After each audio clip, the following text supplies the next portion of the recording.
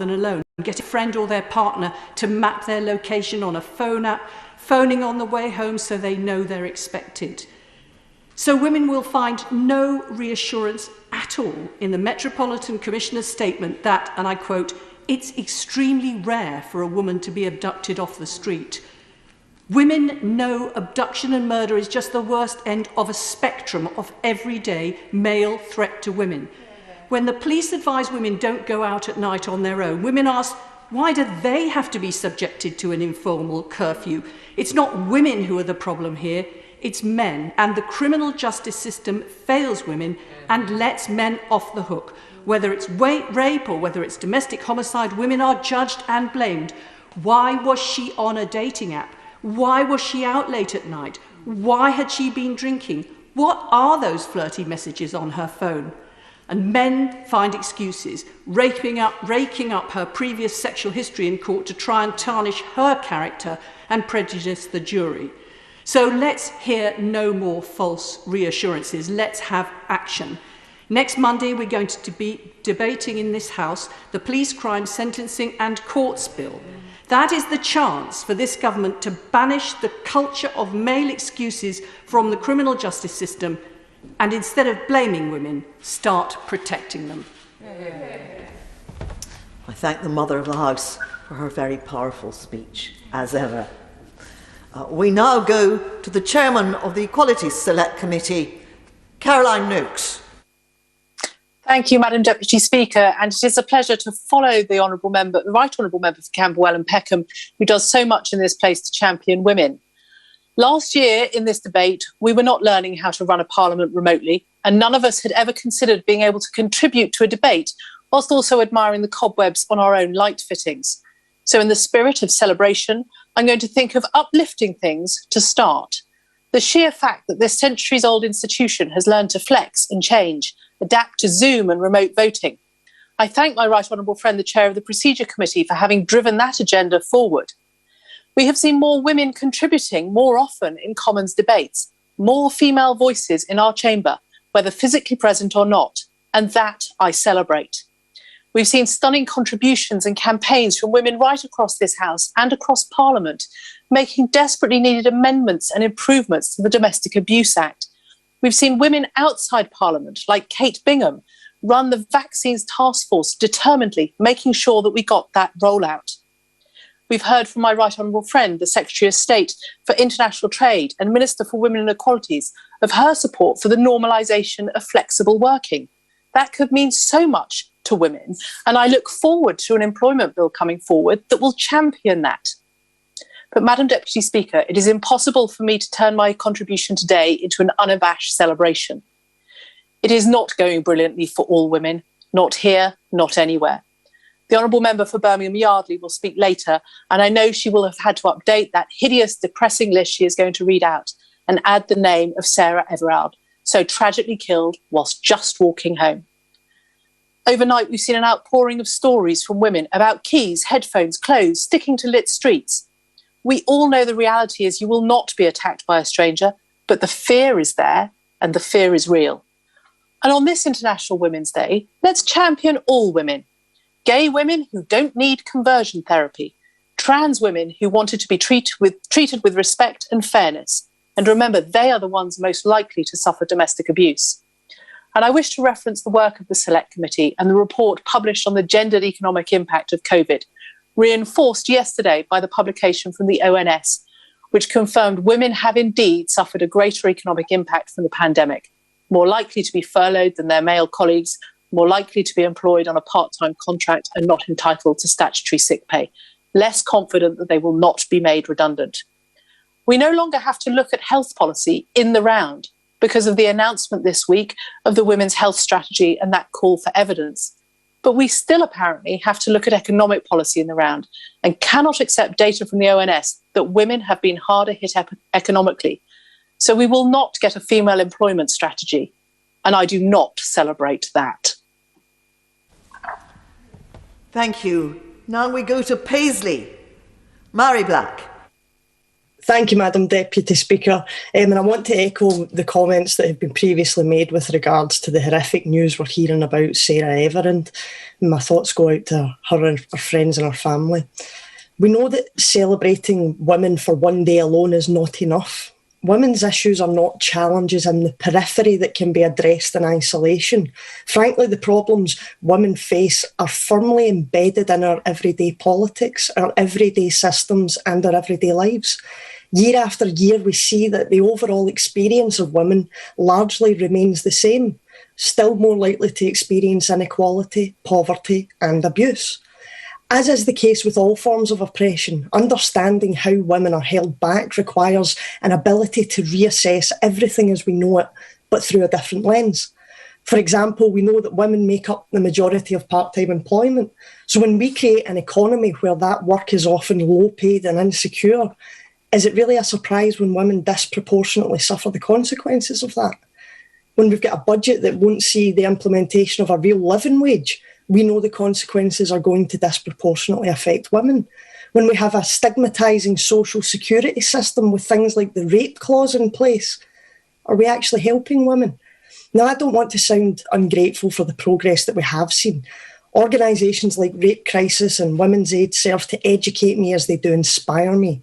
But as policymakers, we've got to reflect on whether we are giving them the support they need and consider if we're treating their opinions with the value that they deserve. The inequality, harassment and poverty that women disproportionately experience does not come about by nature. It is enabled by our institutions and our culture. The human beings are varied and complex, and intersectional feminism provides a greater level of clarity as to how inequality can impact different people. So, for example, the experiences of a woman with a disability will likely vary from the specific experiences of a woman of colour. It is only by taking the time to look through these additional lenses that we can begin to unpick what enables this inequality, but also learn how we can better support each other as women. Rather than trying to awkwardly cram women into institutions that undervalue them and structures that were built long ago for men and by men, instead, we need to reimagine and reorganise those very structures, but this time build them with women, especially marginalised women, at the heart of everything that we do. Thank you. Karen Bradley. Thank you very much, Madam Deputy Speaker. Can I start by referring to my entry in the Register of Members' Interest? Can I also say how great it is to see we have the Chairman of Ways and Means, a woman, in the chair, and to congratulate my right honourable friend on securing this important debate. When I left this morning and told my husband I was speaking in the International Women's Day debate, he said, but that was on Monday. And I said, well, unfortunately, we didn't get time on Monday to debate this. So I'm very pleased that we're debating it today. I have a very short time, so there's just two issues that I want to touch on. And the first is about the UK's global leadership in our role in combating abuse of women globally. I was a minister in the Home Office, and as the Minister for Preventing Abuse, Exploitation and Crime, I can assure everybody in this chamber that I saw some of the most grotesque and horrific crimes that can be inflicted, and all too often they were inflicted on women. Breast ironing, female genital mutilation, for forced marriage, things that were done to women and forced on women around the world, things that should never happen to any woman. Now, it is the UK that has had global leadership in this area, and I worry enormously by the mood music, shall we say, coming out from government around our commitment to overseas aid, that we are not committed to these areas in the way that we once were. It is the UK's leadership that has meant that we have seen reductions in these horrific crimes. It's also the UK's leadership that's seen the focus on 12 years education for girls, something that the Prime Minister championed as Foreign Secretary. It's the UK's leadership around modern slavery that affects men and women, but it is women who are predominantly affected by it. And let's be clear, it was our overseas aid that stopped Ebola from becoming a global pandemic. These are real things that our aid budget has helped to deliver. And I, for one, am desperately worried that we may be seeing this as a nice to have rather than an essential. So I call on the government to make sure that we have a debate on this matter and that there is a vote so that parliamentarians can have a chance to have a say on this manifesto commitment. I then want to turn quickly to Parliament and this place. And in my role as the Procedure Committee, I'm very grateful to my right honourable friend, the Chair of the Women Equality Select Committee. But it has been fantastic to see the way that Parliament has adapted.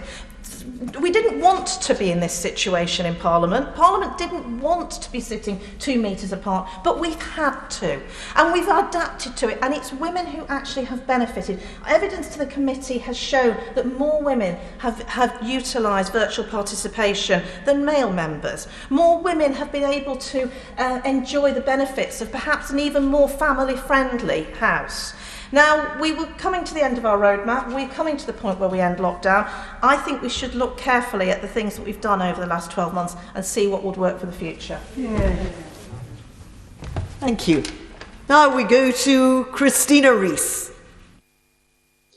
Thank you, Madam Deputy Speaker, and it's a pleasure to see you in the chair. It's a great privilege to be the first female MP for Neath. I wouldn't be here if it wasn't for the first female General Secretary of Welsh Labour, Baroness Anita Gale of Blaen Rhondda, fighting for all women shortlists.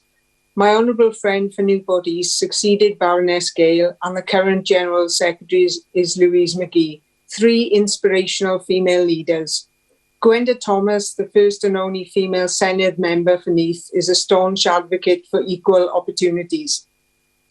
Margaret Coleman, widow of former Neath MP Donald Coleman, is the busiest octogenarian in Neath. Catherine Jenkins, renowned soprano, Sian Phillips, famous actress and singer Bonnie Tyler are from Neath.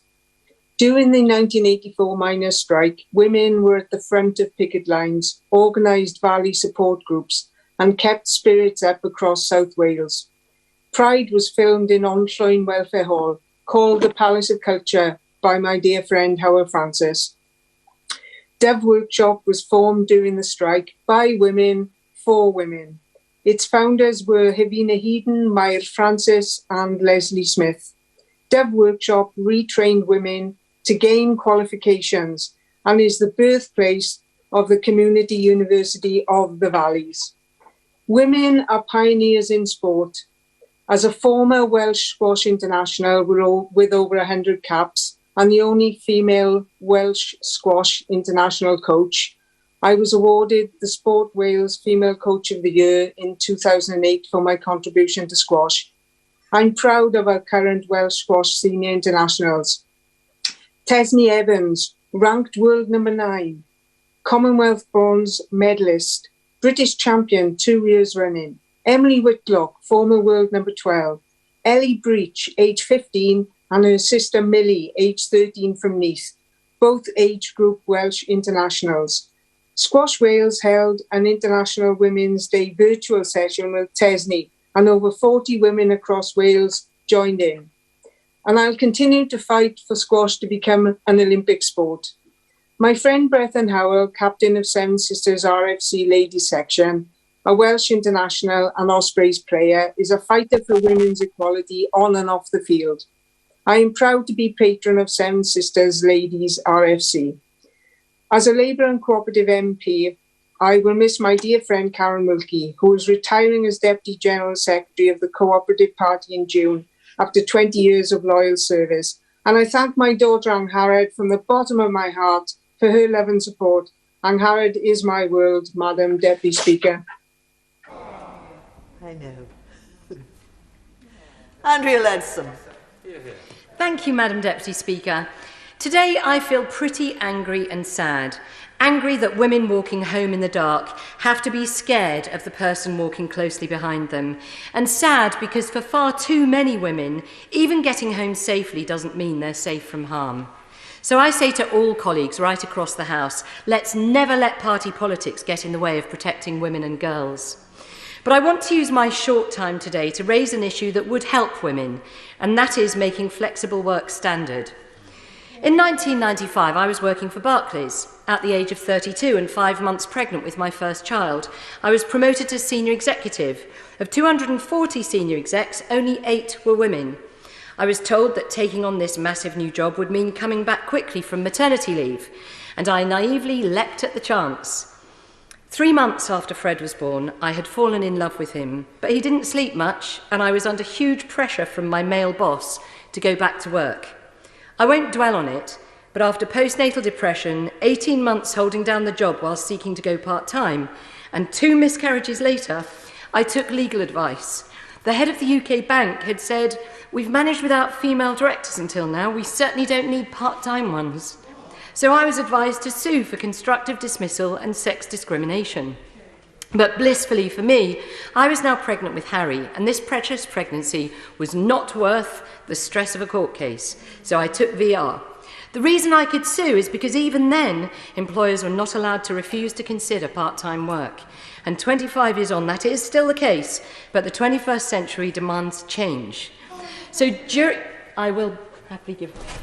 Apologies, Madam Deputy Speaker, but doesn't my honourable friend not agree with me that this is one of the many reasons why we should protect pregnant women, such as the case that you're talking about, from being made redundant?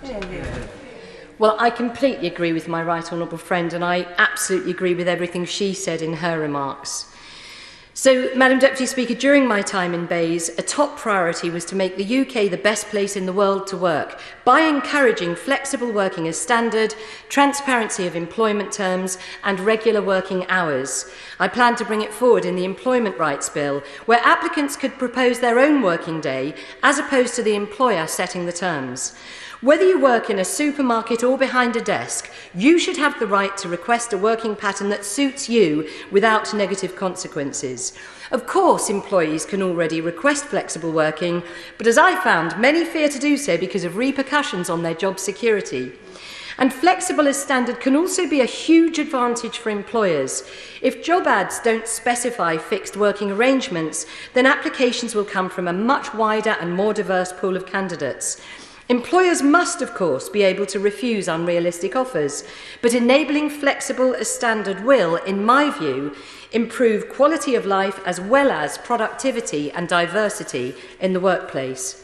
Now, we know that women provide the majority of part-time workers and also the principal caring roles, so capturing all their talents will benefit both our economy and our society.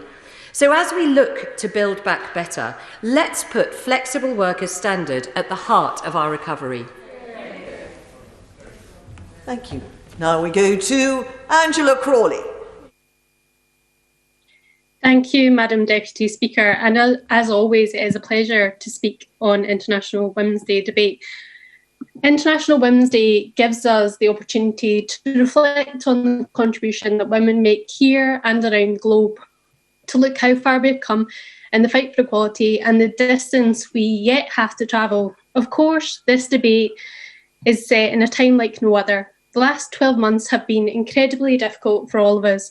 COVID has brought disruption, worry, and to some, it has brought heartbreak. It's also exacerbated the inequalities that are present through the pandemic, and the means to challenge these things has been hampered by the outbreak of this pandemic. And sadly, that has exacerbated the inequality further between men and women. Only 9% of working class women in the UK can work at home, with sectors that are most severely affected being dominated by women, such as hospitality, healthcare, schools, and nurseries partially open. It is women who are taking on most of the unpaid care, reducing their hours or giving up employment to look after children. It's also women who are more likely to care for their older, disabled relatives and neighbours, and sadly, it is also women who will be trapped in their homes, self-isolating with an abusive partner. Yet despite this, women and girls in the UK have been largely invisible from the debate and excluded from decision-making. Hundreds of billions of taxpayers' pounds and money has been spent without considering specific challenges women are facing. For example, the LSE in January reported 71% of women in the UK were in some form of employment, and 3 months later than that had dropped by 5%. If they remained in employment, women have seen their work volumes increase and have also experienced job loss. Madam Deputy Speaker, furlough impacts 2.3 million women in January this year. And while extension is welcome, there should not be a cliff edge to that support. Now, the uplift to universal credit worth £1,040 a year to claimants is due to be axed later this year as well, and that must not happen at all at any time. Women have been adversely impacted and are the worst affected in this pandemic. Madam Deputy Speaker, there have been a few silver linings to the pandemic, and the opportunity for women to work from home and have flexible working is more important than ever. And I would call on the government to take into consideration the Women Equality's findings in this regard. And lastly, I would like to end with a quote regarding the issue. How often have we said to a friend on the way home, "Be safe, text me when you get home"? The fear alone should tell us we have a problem. Thank you. Now we go to the Father of the House, who I recollect has taken part in this International Women's Day debate on every occasion I have observed over the last 25 years, long before it was fashionable. Father of the House, Sir Peter Bottomley. Madam Deputy Speaker, that's probably because my mother thought she would have been a better MP than I have been. And my wife and my daughters and granddaughters probably are certain they could be too. I want to recognise there's been progress, but I also want to join the Honourable and Right Honourable Ladies, colleagues who've spoken so far, and we will listen in silence to the next speaker giving the roll call of those who've been killed by men. I echo the remarks that have been made and that will be made, that cuts in our target for the UN overseas aid will predominantly hit women. The women who I've been dedicated to since I was a trustee of Christian Aid, since I served on the Select Committee on Overseas Aid in the 1970s. And I hope that the House will have an opportunity of saying the government should stick to the promise that was proudly in my party's Conservative manifesto at the last election. Domestically, it's not a question of most men behaving well most of the time, and no one can claim to be perfect. And it's not a question of why are most women in a worse position. The fact is that we all need to change, and I hope that we can get to the stage when I don't have to carry a whistle on my keys, and my daughters and granddaughters don't have to either. People need to feel safe at work, when travelling, and in their domestic circumstances.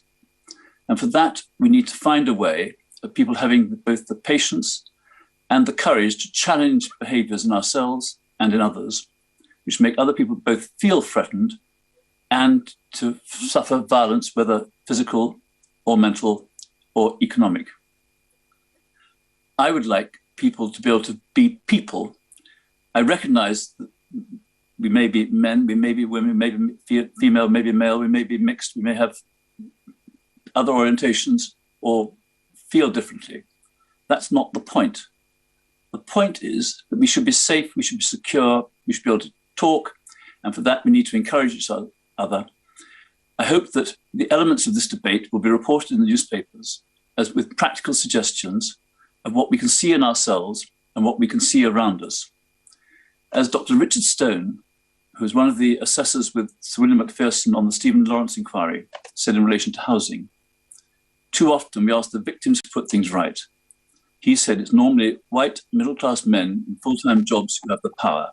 It's our responsibility to make sure that we join with others to make life better, whatever our age, whatever our stage, whatever our race, whatever our background, whatever our religion. People need to be safe, and it's women at the moment who don't feel safe.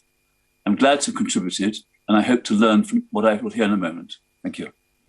I thank the Father of the House for his contribution and for his constant support for this debate taking place here in this chamber, for which we have had to fight over the years, and for his constant support also for the matters that are discussed here.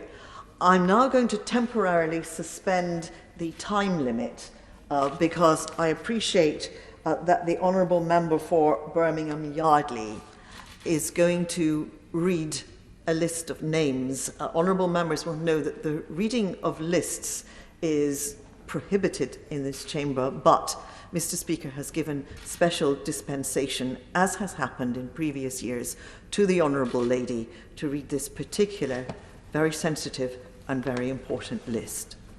Jess Phillips. Thank you, Madam Deputy Speaker, and thank you to all in the Speaker's offices for their consideration. It shows that Parliament, I think, is very committed to this issue. In this place, we count what we care about. We count the vaccines done, we count the number of people on benefits. We rule or oppose based on a count, and we obsessively track that data. We love to count data about our own popularity. However, we don't currently count dead women. No government study is done into the patterns every year of the data of victims of domestic abuse who are killed, die by suicide, or die suddenly. Dead women is a thing we've all just accepted as part of our daily lives. Dead women is just one of those things.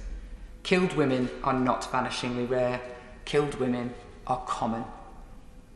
Dead women do count, and thanks to the brilliant work of Karen Ingala-Smith and the Counting Dead Women Project, and the academics and charities working on the femicide census, these women's lives and the scale of male violence against women can be known. Since last year on this day, these are the women killed in the UK, where a man has been convicted or charged as the primary perpetrator in the case. Vanita Knoll, Tracy Kidd, Nellie Mustafa, Zahida B, Josephine K, Shadika Mohsin Patel, Maureen Kidd, Wendy Morse, Nagiba Alariki, Elsie Smith, Kelly Stewart, Gwendolyn Bound, Ruth Williams, Victoria Woodall, Kelly Fitzgibbons, killed alongside her 2 daughters, Caroline Walker, Katie Walker, Zubaydah Salangi, Betty Dobbin, Sonia Kelvey, Marianne Ishmael, Daniela Espirito Santo, Ruth Brown, Denise Keane Barnett Simmons, Jadwiga Sigjelski, Emma Jane McPartland,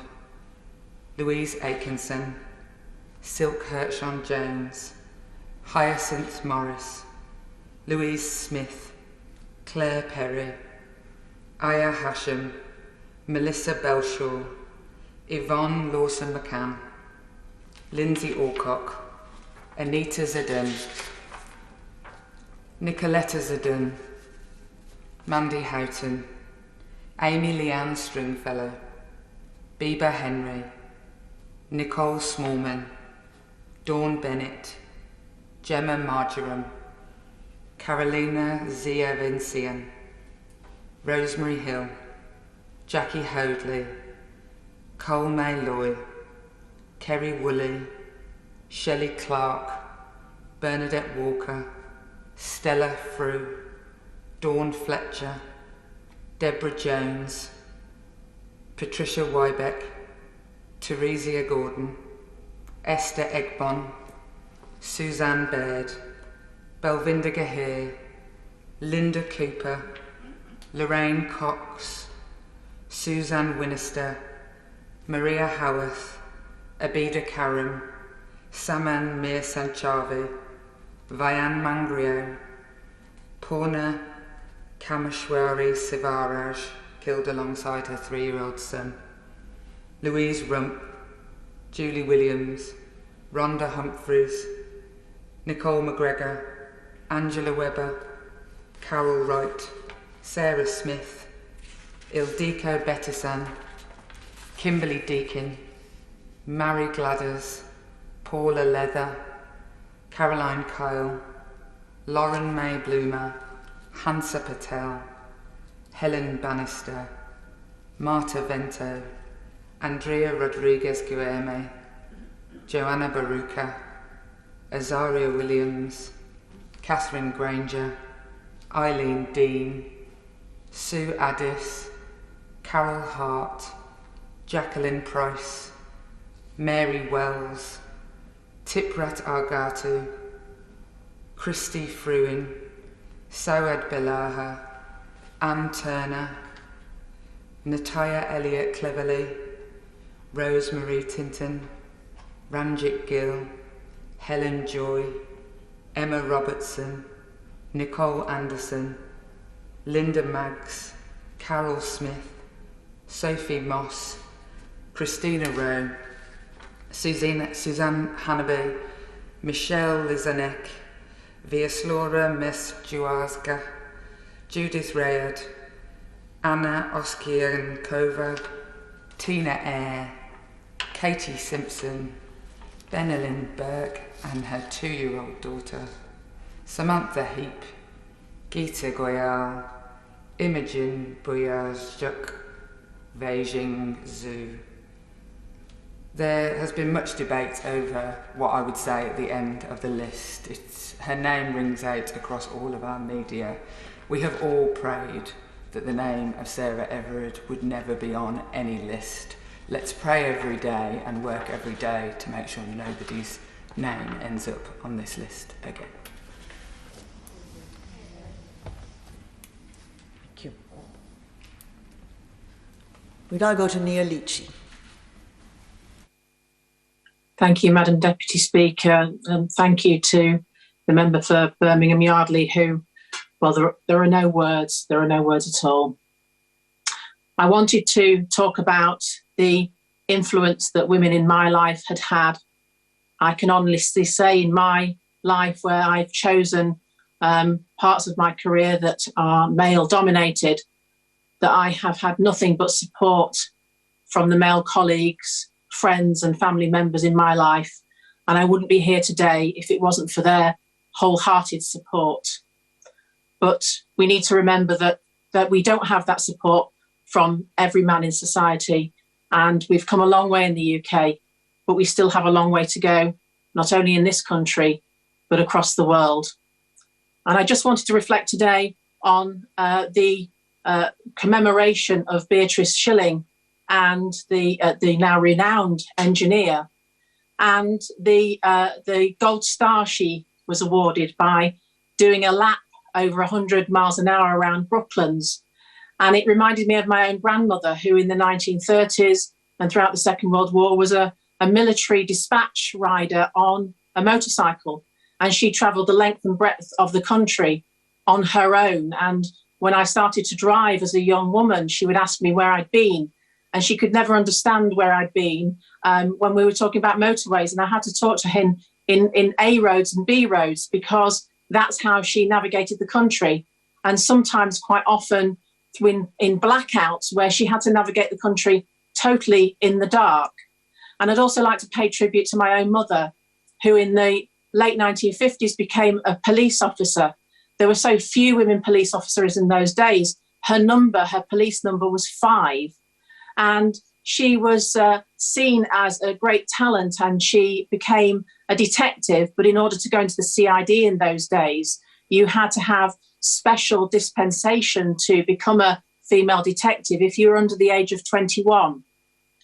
And if without their stories, without them recollecting what they'd been doing and what I could do in being fearless and going out there and doing the job that I wanted to do, and to work with both male and female colleagues and friends to be able to put something back into society, I wouldn't be without their advice today. And so I'd just like to pay contributions to those women, those working women, and our colleagues, our male colleagues, who continue to support the great moves forward. And I'm so proud to be here, and I thank you all very much. Thank you. We now go to Aberdeen. Kirsty Blackman. Madam Deputy Speaker, it's 2021. It's more than 100 years since women got the vote. It's more than 50 years since the Equal Pay Act. We've come such a long way. And although we're standing on the shoulders of those who've come before us, who fought for equality, we have still got such a distance to go. My children, Madam Deputy Speaker, are growing up in deeply unequal worlds with deeply unequal experiences. They're pigeonholed, they're stereotyped, even now in 2021. Little girls are told to be kind, to be nice, to smile. Little boys are told to be brave and be fast and be strong. How often have you picked up a toy teddy bear and looked at it and said he, used the word he to describe it, unless it's got a pink bow? In all of those cases, you will say he for those things. Now, that is because this is drummed into us. This is the way our society works. We must, Madam Deputy Speaker, we must consider this. We must look at stereotypes, and we must always consider intersectionality, and we must check our own privilege. Younger women, ethnic minority women, bisexual women, trans women and disabled women are more likely to be domestically abused. Terry Pratchett wrote that evil begins when you begin to treat people as things.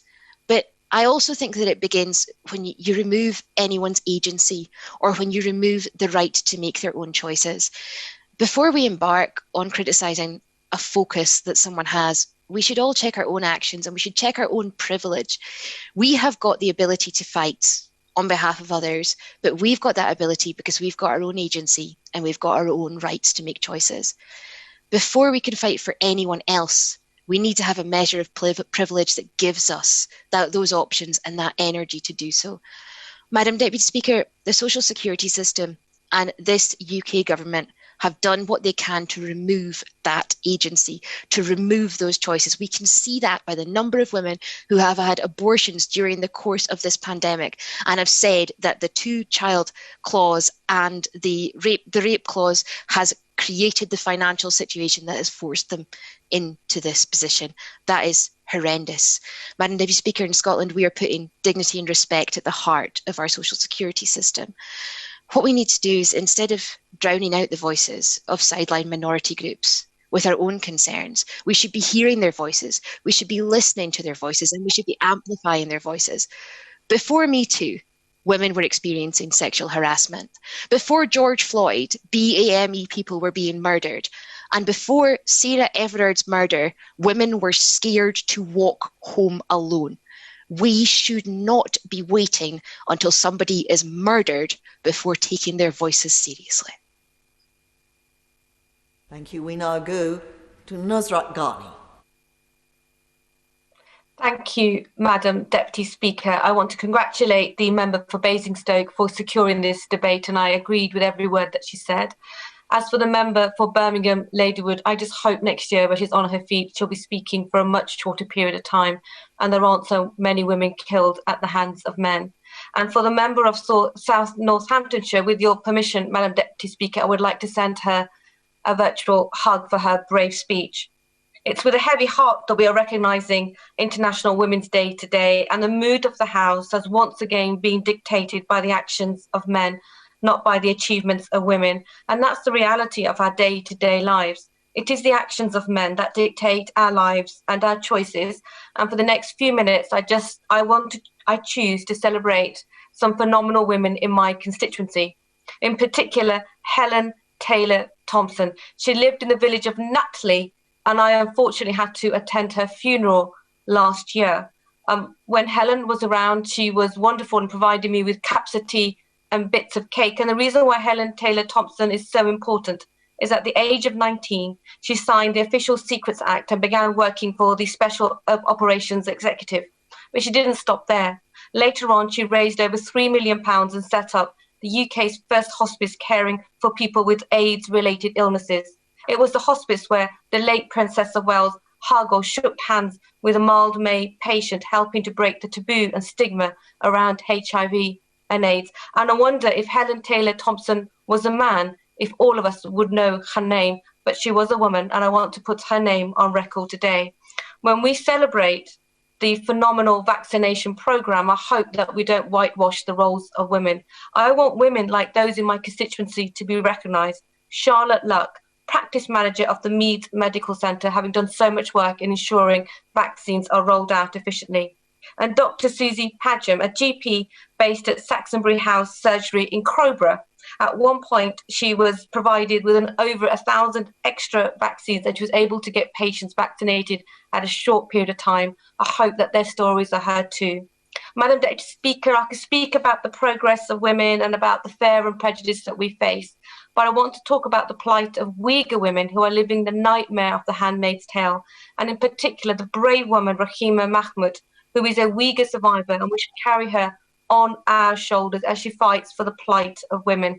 Women who are forced into being sterilised, forced abortions, having their children removed, all because they are Uyghur and based in Xinjiang. I hope that we can do much more within our power to try and support them. Madam Deputy Speaker, it is a pleasure to be speaking at this debate today, but it would be far more powerful in the future that we had more than just 3 minutes to talk about the phenomenal progress that women have made and the more work that we have to do going forward. Wendy Chamberlain. Deputy Speaker, and I congratulate the Honourable Member for Basingstoke for securing this debate. International Women's Day is supposed to be a celebration, but even before the last 24 hours, given, for example, the progress of the Scottish Parliament's inquiries into the handling of harassment complaints and more generally the notably more negative impact of the pandemic on women across so many areas of their lives, it hasn't really felt like something worth celebrating. The Speaker reminded us earlier today that it would be inappropriate for us to comment on the live investigation in relation to the tragic disappearance of Sarah Everard, but I can't help but reflect that, of course, it's not all men, but particularly where men in public positions of trust are guilty of committing acts of violence against women, it could be any man, and women feel compelled to act accordingly. I retweeted a tweet expressing that sentiment last night, and my 16-year-old daughter liked it.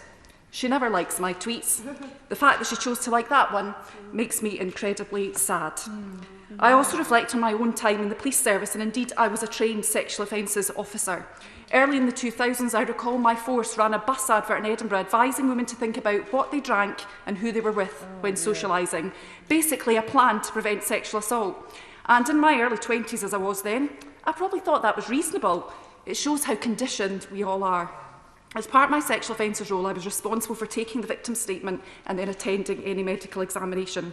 Securing evidence, productions and maintaining a chain of evidence is crucial, but I also witnessed the impact of this initial investigation on the women involved.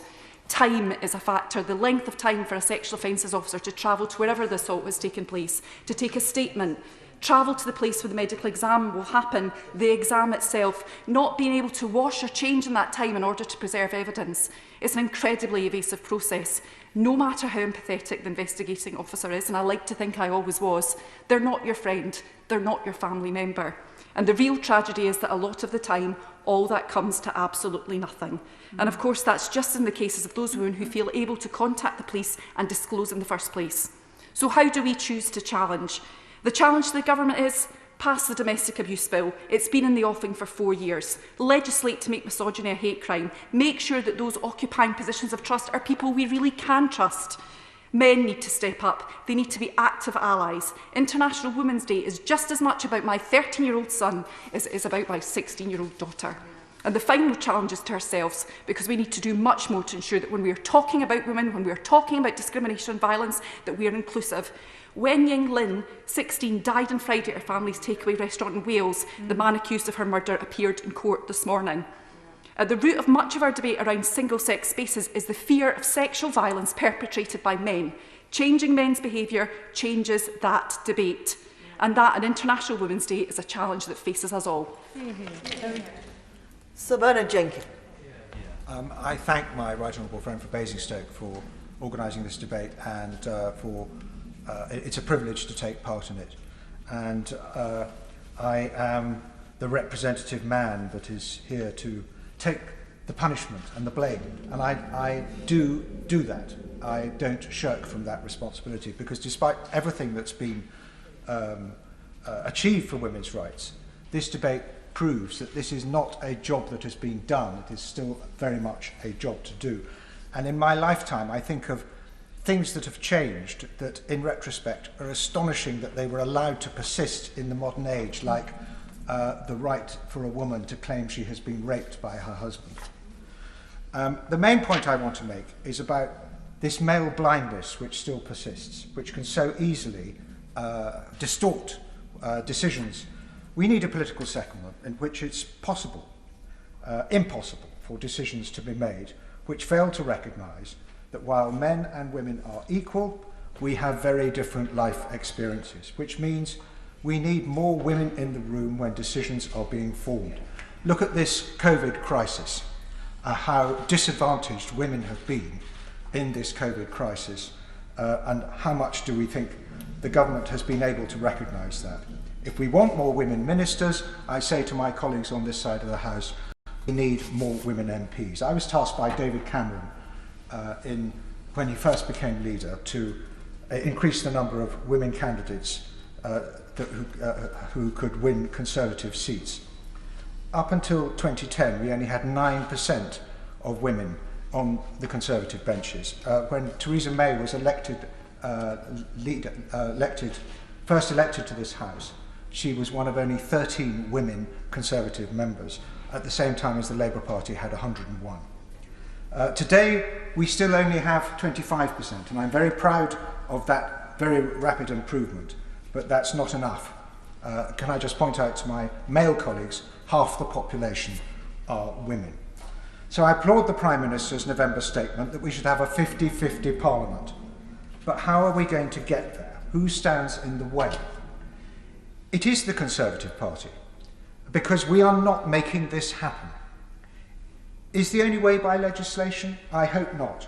But we men have to understand why so few women come forward, why so many women MPs feel hounded and belittled by our political and social media culture, and why most women tend to have shorter political careers than men. I urge my male colleagues to join the Prime Minister in this ambition. This is not just a women's issue. We men have to help make this happen if we believe in it, or else the men are still the problem. Rosie Duffield. Thank you, Madam Deputy Speaker. Our International Women's Day debates are usually a chance for us to celebrate our achievements, our pioneers, our trailblazers, those fearless glass ceiling smashers. We sigh and roll our eyes in frustration about how much further we still have to go. We remember that in contrast to the 5,000 or so men who've sat here, still only 520 women ever have.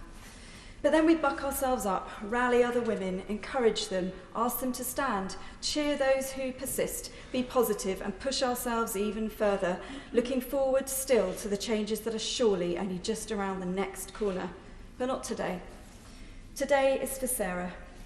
I wish we could all tell her just how angry we all feel. I wish she could see how much she has touched our lives and that we continue to keep her in our prayers. The women here know that this is the day we hear the wonderful member for Birmingham Yardley read out that list. We bring tissues. We prepare ourselves mentally as well as we can to hear the names of all the women killed by men since she last read us that horrific list. We will ourselves not to cry in this place, but it is almost impossible not to be overcome as those names echo around this chamber. Ordinary and extraordinary women, mothers, daughters, sisters, grandmothers, aunts, cousins, colleagues, best friends, neighbours, all loved, all the centre of someone's world. We know the statistics all too well. We know that every single day, every single week, pandemic or not, women are murdered by men. A very quick and basic search on a phone will reveal headlines such as 3 women a week killed by domestic violence during lockdown. Domestic abuse killings more than double amid COVID-19 lockdown. Calls to women's helplines soar during lockdown, and it goes on and on and on. The outpouring of collective rage over the last 24 hours shows that women are tired. We are tired of having to preempt possible violence, tired of having to risk assess every ordinary, everyday action, every hour of every day of our lives. We are tired of having to explain and justify every simple choice we make, opinion we hold, every aspect of our appearance. We're sick of our voices going unheard, our calls for action being dismissed and delayed, sick of rules being changed to exclude us, even in the oldest and most seemingly noble of our long-established institutions. Sarah Everard has reignited a fire within us, much like George Floyd did. Enough is enough. We must take a long, hard look at society, at social media, at misogyny, at violence, at ourselves, and let's hope that next year's list is virtually non-existent. It's really painful to see the revelations brave women are individually making on platforms like Twitter. Every woman I know will have a similar story. If, as a man, you're reading some of those stories and are moved by them or shocked and upset, I promise you that the women in your life will all have lived some of those experiences themselves. Some of those experiences just need to be listened to. Thank you. Thank you. Now we go to Laura Trott. Thank you, Madam Deputy Speaker, and it's a pleasure to see you in the chair today. And I congratulate the Right Honourable Member for Basingstoke for securing this important debate. Now, as the first female member for Sevenoaks and Swanley, I was going to use my time today to talk about women in the COVID recovery and the need for flexibility in the workplace. And I strongly support all that my Right Honourable friend, the member for South Northamptonshire, had to say. But I want to follow the Honourable Member for Canterbury in talking about the heartbreaking case that we've seen and the developments in the last 24 hours. What we've seen online is an outpouring of grief, of people's stories about the harassment and violence that they've been subject to over a number of years. And these experiences, these terrors as you're walking down the street, looking over your shoulder, clutching your keys because you're nervous that someone's going to come up to you and hoping desperately that you're never going to have to use them. These, sadly, are universal experiences. The Commissioner said yesterday that such cases are rare, and yes, thankfully it is rare that women are abducted in the country. But the roll call from the member for Birmingham Yardley is devastating. And incidents of women being harassed are nowhere near rare enough. A recent report from UN Women UK shows that almost all women have been sexually harassed. We must do more to address this. Now, the Police Crime Sentencing and Courts Bill has arrived in the House, and I'm pleased at its proposal to extend the minimum term for sexual and violent offenders and the power to end automatic early release. But I do want the government to consider ending the standard determinant sentences for rape so that the parole board is always involved before these perpetrators are let out into the public. The domestic abuse bill, thankfully, is progressing well through Parliament and will create a legal definition of domestic abuse to provide clarity that domestic abuse can be financial, verbal and emotional, as well as physical and sexual, and that critically it's about patterns of abuse over time. But more needs to be done. We've seen from the outpouring of grief, from the outpouring of upset, of worry, of concern, that this exhausting pattern needs to end. And I hope that the Violence Against Women and Girls strategy, which is forthcoming later this year, will look at what more we can do on police harassment and on the CPS prosecuting cases, because women have a right to feel safe. And it is about time that we made that a reality. Thank you, Madam Deputy Speaker, and I want to congratulate the members for Romsey and Southampton North and the member from Basingstoke for securing this debate. Madam Deputy Speaker, every 16 minutes a woman or a girl is abused, and every 3 days a woman is killed by a man. We heard the list read out by the member for Birmingham and Yardley. This is a crisis that we have to get to the root of. Inequality in society is fueling the killing of women. The bullying and silencing of women's voices contributes to the abuse that women receive. If a man was killed every 3 days, there would be investigations at every level of society. But unfortunately, every level of society, a man still holds the power, whether it be economically, politically, or within the media or the judicial system. One woman is killed every 3 days. But ask yourself this: what are we really doing about it? It is time for all those with power to stop being bystanders in this pandemic and get involved. Just yesterday, we read about Sarah Everard, who it seems has been sadly killed. The suspect is a policeman that roamed the corridors of Parliament. I now have made a Freedom of Information request to establish how many police officers... Very careful what she says, please. I won't say any more than that. Perhaps she could go on to the next part of her speech. I take the point, Madam Deputy Speaker. I have made a Freedom of Information request to establish how many police officers have been investigated for domestic violence. And I recognise journalist Alexandra Heel, who won a Paul Footer Prize for uncovering the shocking stories of how police forces handle domestic abuse complaints against their own officers. Justice for Women highlighted the injustices faced by women who kill abusive partners. Why are so many women charged with murder as opposed to manslaughter if there is strong evidence of domestic violence? It is because predominantly men are making the judgments. In the recent case of Anthony Williams, sentenced to 5 years in jail for strangling his wife to death, she had her keys in her hand and she was trying to escape. Judge Paul Thomas said, in his view, Williams' mental health was severely affected at this time. This is ridiculous. In 2019, Judge Hayden said, I cannot think of any more obviously fundamental human right than a right of a man to have sex with his wife. Really, Justice Hayden? How about the fundamental right to life or the fundamental right to say no? Lord Justice Burnett said that the small number of sexism cases in courts gives a false impression. I say that all sexism in courts must be eradicated and judges removed.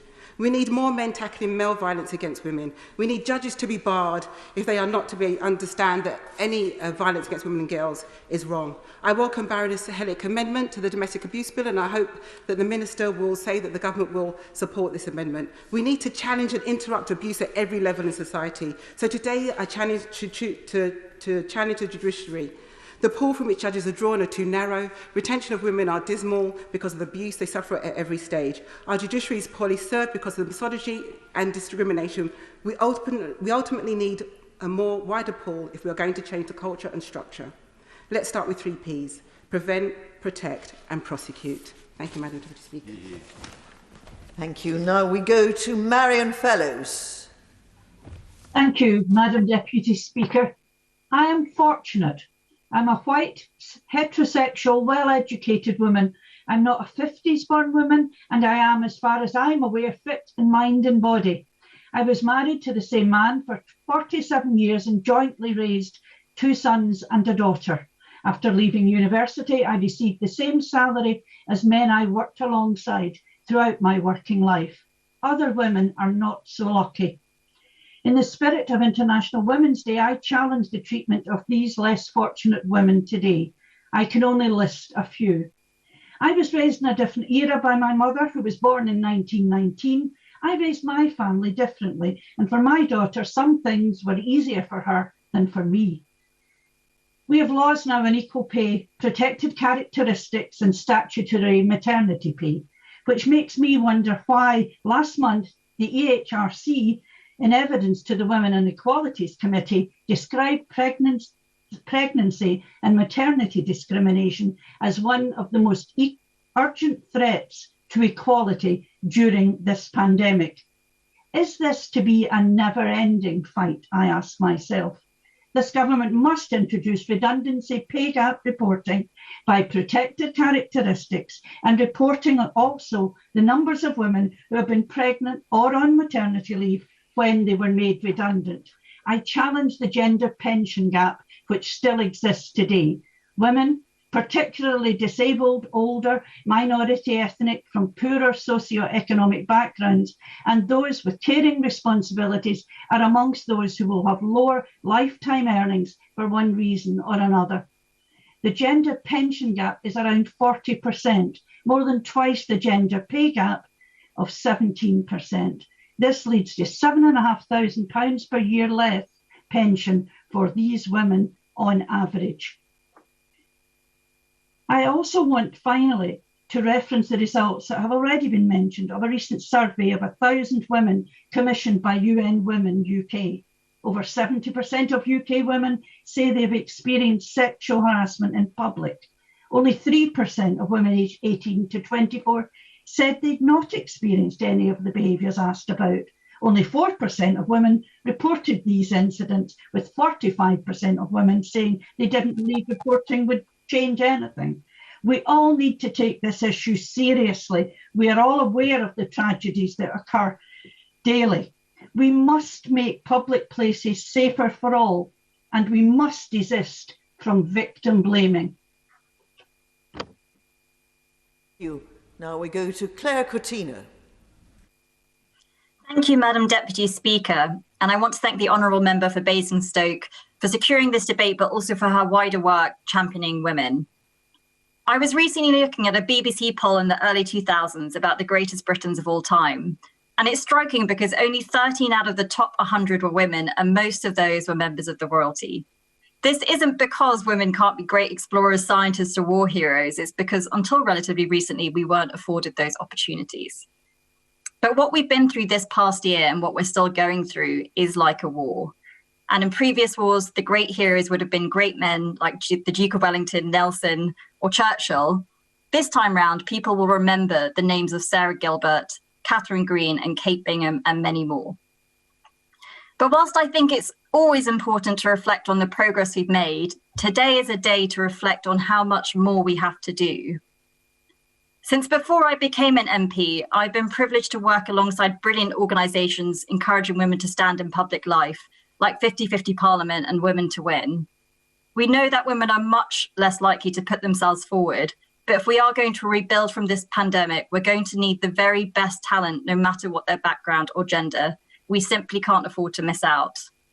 And whilst we should do all that we can to encourage women to put themselves forward for what I really think is one of the best jobs in the world, I'm pleased that government is also taking steps to address some of the challenges which may put women off, particularly around intimidation and abuse.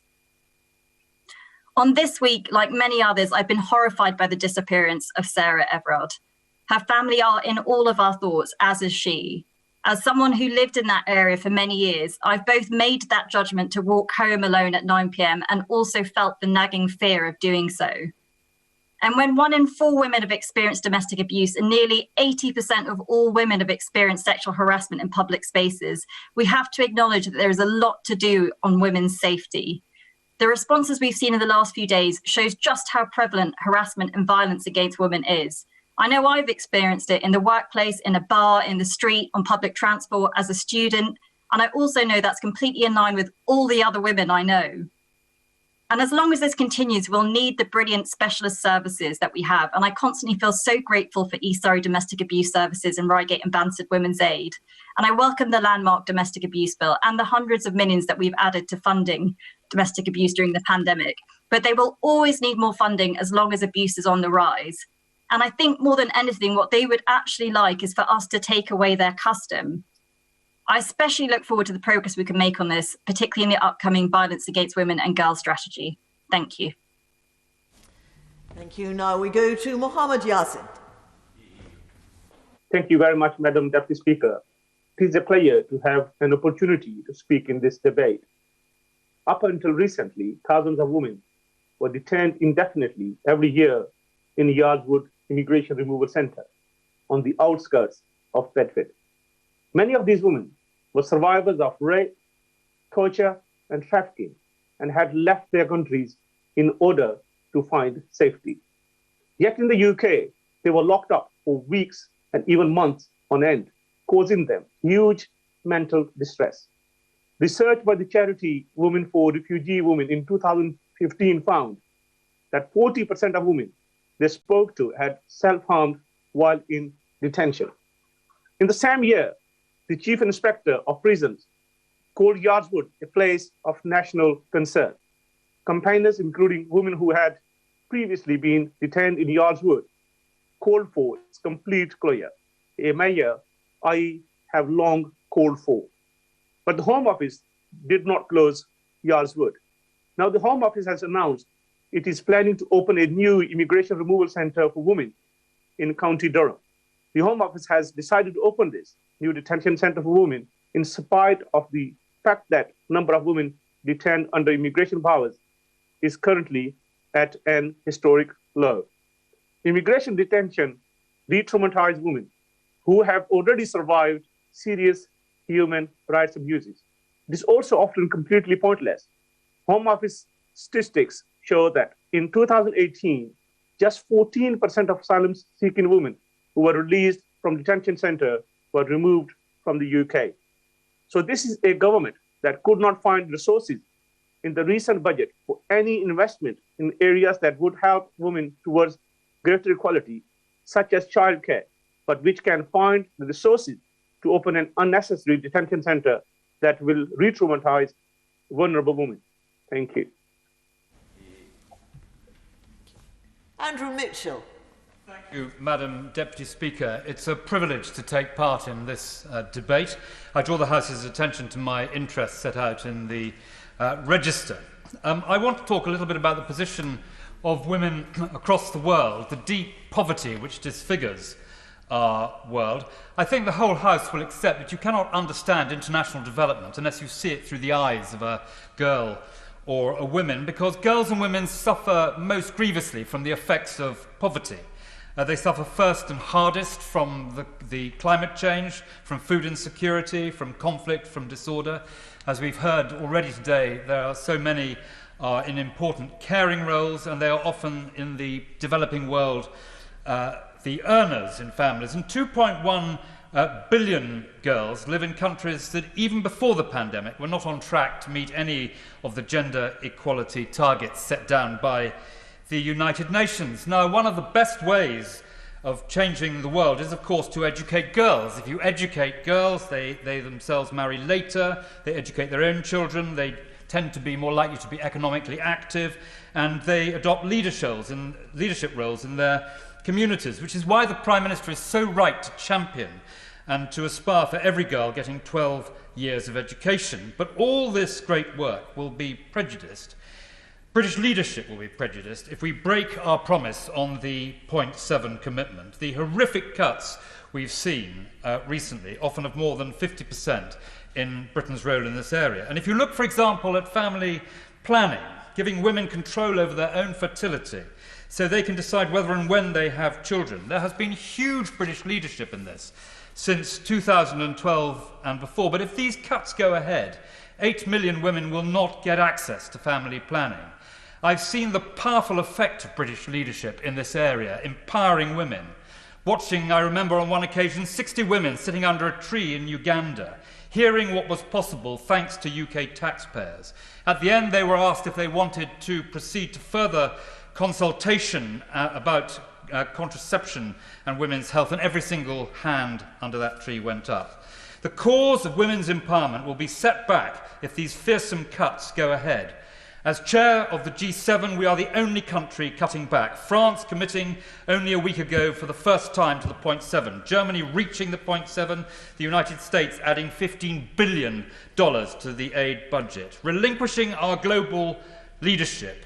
Every story on the world stage will be about cutting life-saving support, one of the key aspects of global Britain, trashed and binned. The government must stop being timid and put this matter to a vote of this House. Failure to do so means they may be making an unlawful budget from April. Let the government ask the House its view on whether we wish to break the promise on which we were all elected just over a year ago. Thank you. Now we go to Fiona Bruce. Thank you, Madam Deputy Speaker. International Women's Day is an opportunity to highlight how millions of women worldwide suffer discrimination, persecution and violence doubly on account of their gender and their beliefs. Many subjected to some of the most egregious atrocities on earth today, pressed into slavery, sexual or otherwise, tricked and subjected to human trafficking, scarred mentally and physically through the use of rape in conflict, young girls sold as a commodity, deprived of an education and as a result a livelihood, of any chance of flourishing or reaching their full potential, subject to systematic abuses such as early or forced marriage, female genital mutilation or honour killings, or trapped in prostitution and poverty.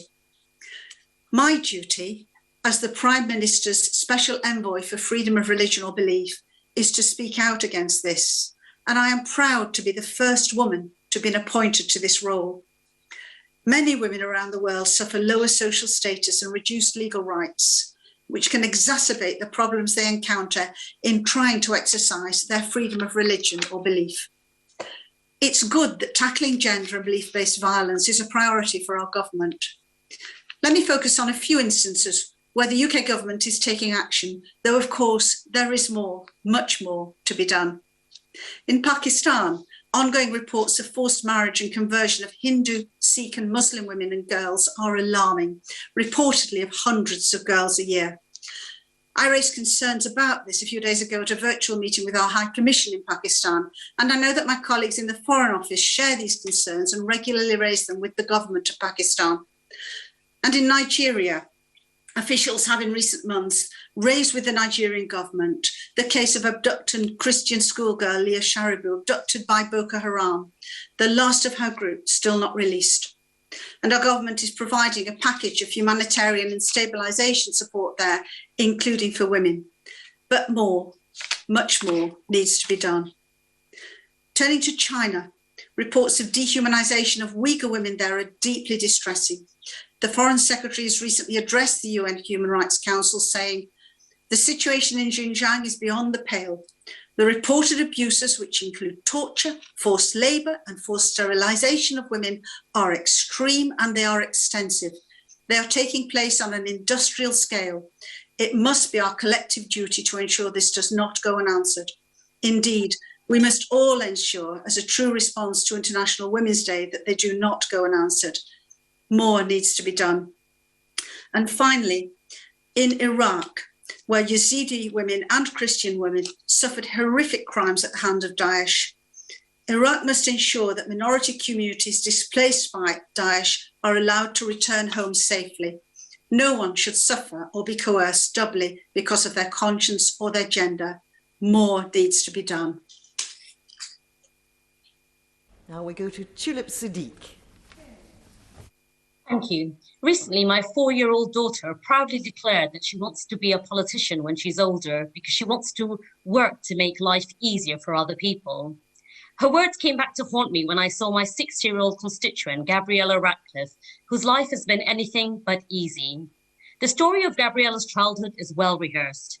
She was separated from her mother, Nazneen Zaghari Ratcliffe, when she was still breastfeeding at 18 months.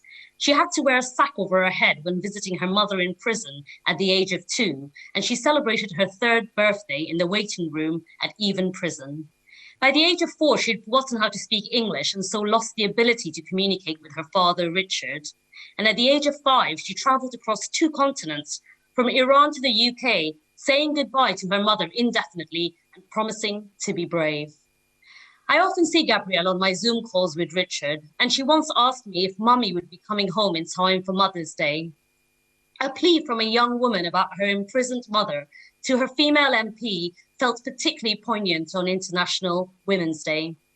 And yesterday it was reported that the Prime Minister and President Rouhani had a conversation about Nazneen Zaghari Ratcliffe's release, and it was heavily implied that the £400 million debt that the UK owes to Iran was linked to my constituent's case.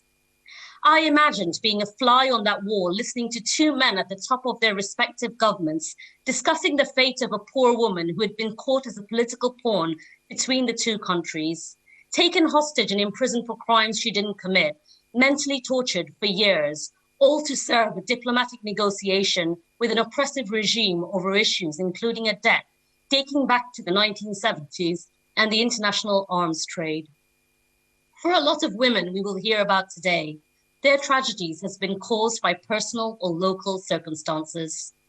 Gabriella's personal tragedy had been caused by global injustice, which has overwhelmingly been orchestrated by men. And at this moment, Nazneen's fate is held in the hands of men, the President Rouhani, the judges in Iran, and of course, our Prime Minister. I hope that Nazneen returns to the UK soon, and she returns to a country that is on a path to true equality between men and women, where her daughter and my son can walk the same streets as equals. Thank you. Now we go to Ruth Edwards. Thank you, Madam Deputy Speaker. It is a pleasure to follow the Honourable Member for Hampstead and Kilburn and her very powerful speech. A woman is like a tea bag. You can't tell how strong she is until you put her in hot water. After the year we've had, Eleanor Roosevelt's words certainly strike a chord. Women have spent more time homeschooling, are more likely to have been furloughed, experienced anxiety and loneliness. I want to thank all the women in Rushcliffe whose sacrifices have got their families and communities through this pandemic. And in particular, I want to thank 4 incredible women. Firstly, Hetvi Parek, who recently won the Prime Minister's Points of Light Award for her volunteering with Severday. She's provided hot meals to frontline NHS staff, furnished a respite room in QMC Hospital, made 750 activity packs for children on low incomes, which I'm told involved wrestling with a staggering 29,000 pipe cleaners. No task is too big, no challenge too daunting. She's currently collecting Easter eggs for children living in refuges. Then there's Nicola Brindley, with whom I'm working to set up a network of J9 safe spaces in Rushcliffe, where survivors of domestic abuse can go to get help. J9 is named after Janine Mundy, who was murdered by her ex-husband. Nicola has trained 60 people in Rushcliffe. She's set up J9 in all Nottingham's job centres and launched a programme to train a domestic abuse specialist in every job centre across the country. Work has saved lives from day one. Farah Jamil set up Meet, Greet and Eat a year ago, a project for adults with additional needs to come together and create a place they can call their own, helping participants build confidence, communication and practical skills. The group provide food bags and hot meals to elderly people. They want to set up a cafe and a social supermarket, providing opportunities for adults with additional needs to learn, grow and be themselves. Jill Mathers started the Cotgrave Community Kitchen in 2019 to tackle social isolation, getting everyone together for a nutritious meal at an affordable price. Refusing to be beaten by lockdown, Jill and her volunteers provide 200 weekly food bags and takeaway meals. She also runs a mini market with donations from FareShare. She cooked 188 Christmas lunches for local pensioners. Jill hopes she will soon be able to open a community cafe, providing a social space, training opportunities and a market for locally grown produce. Women are survivors, women are fighters, and as the stories of Hetvi, Nicola, Farah and Jill show, women are the heroes at the heart of our communities. Thank you. Thank you. Now we go to Afzal Khan. Madam Deputy Speaker, International Women's Day is a chance to celebrate women's achievements, acknowledge the struggle that women continue to face, and to recommit ourselves to the ongoing fight for equality. The theme of this year's International Women's Day is Choose to Challenge, a reminder to challenge and call out gender bias and inequality. Madam Deputy Speaker, it is clear that the women in conflict zone carry some of the heaviest burden. Horrors reported from Xinjiang reveals how Uyghur women in concentration camps have been violated as part of the Chinese government's brutal campaign to curb its Muslim population. Abuses they currently face include forced sterilization and labor, sexual violence and rape, denouncement of faith and torture, all of which can only be described as genocidal acts. Active action is desperately needed. I implore the government to consider sanctions and follow in the footsteps of America, Canada, and Netherlands in declaring China's treatment of Uyghurs as genocide. As the son of a Kashmiri woman, it pains me deeply that women in Kashmir live under some of the most difficult conditions in the world. They are subjected to mass surveillance, sexual violence, and many are half widows. Their painful stories need to come to an end. But for that to happen, there must be sustainable peace in Kashmir, which cannot be imposed by military means. Time and again, the UK government maintains that Kashmir is a bilateral issue, but the Kashmir conflict came about as a direct result of Britain's actions. To assume zero responsibility is frankly offensive. And in conclusion, Madam Deputy Speaker, global Britain is meaningless unless the UK leads the global effort to protect and empower these women. It is disappointing that the government has cut aids during a time like this, when it is often the first and last hope of improvement for women and girls' lives. As a permanent member of the UN Security Council and UN penholder on women and peace and security, the UK is in a rare position to do more. I urge the Minister and the government to grasp with both hands the opportunity that is in front of them to make a genuinely transformational change that will improve the lives of women and girls globally. Virginia Crosby. Thank you, Madam Deputy Speaker. It is a pleasure to follow so many powerful speeches on such an important debate on both sides of the chamber and from all sexes. I take part in this debate knowing we are many in this chamber, but not enough. 220 to be exact were elected in 2019 to represent their constituencies in the House of Commons. It should be at least 325. Actually, we're 51% of the population, so it should be a few more, but I will happily take 325. We have some way to go. Why? Well, historically, this place was built by men for men, as women did not have the vote and could not be MPs until 1918.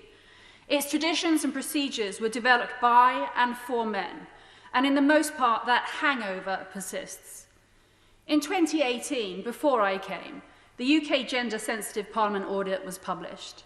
It identified barriers to equal female representation in Parliament, including the culture of Parliament with reports of bullying, harassment and sexual harassment, the challenges that working in Parliament poses for family life, including the unpredictability of business and long hours, and the financial impact of standing for Parliament, the online threats, in particular gender-based intimidation, harassment, violence against women, parliamentarians and candidates.